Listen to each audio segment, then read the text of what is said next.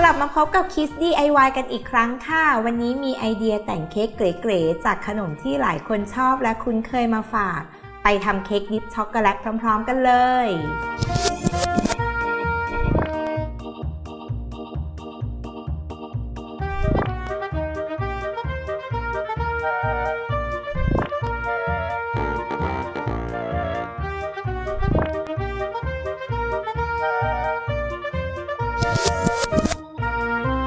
มาเริ่มประกอบตัวเค้กกันก่อนนะคะนำบัตเตอร์เค้กมาเรียงต่อกันเป็นชั้นๆแบบนี้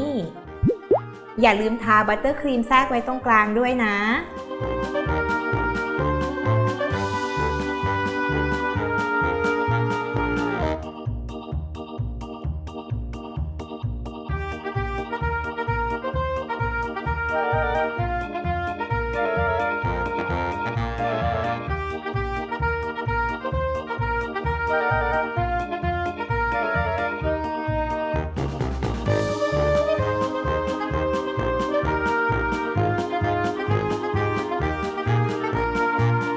จากนั้นนะคะเราก็นำบัตเตอร์ครีมมาปาดให้ทั่วทั้งตัวเค้กเลยค่ะ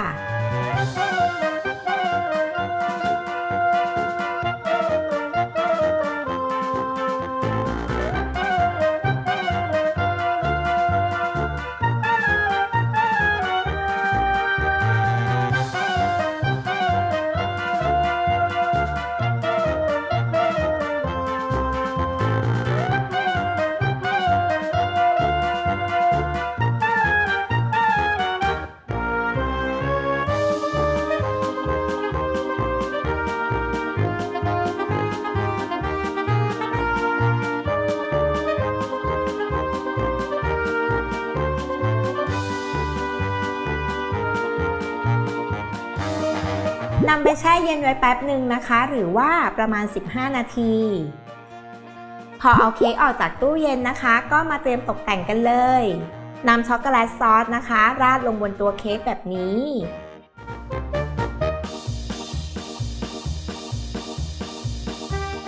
ปล่อยให้เขาไหลลงมาค่ะจะเป็นเส้นๆใสๆแบบนี้เลย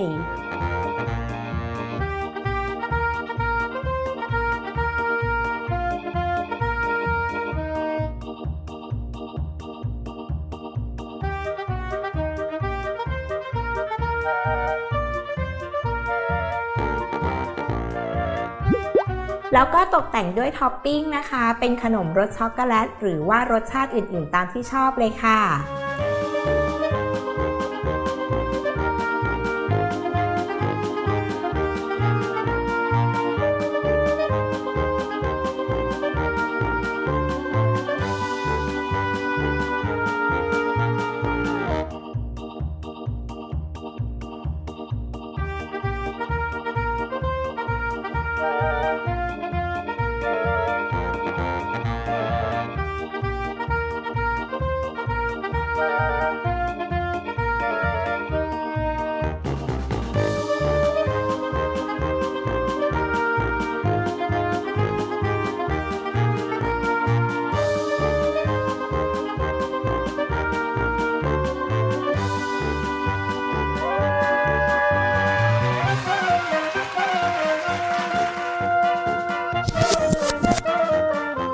คลิปหน้า Kids DIY จะมีเมนูอะไรมาให้น้องๆสนุกกันอีกนะคะกด Subscribe Kids Kitchen เอาไว้แล้วก็อย่าลืมกดกระดิ่งกันด้วยนะคะ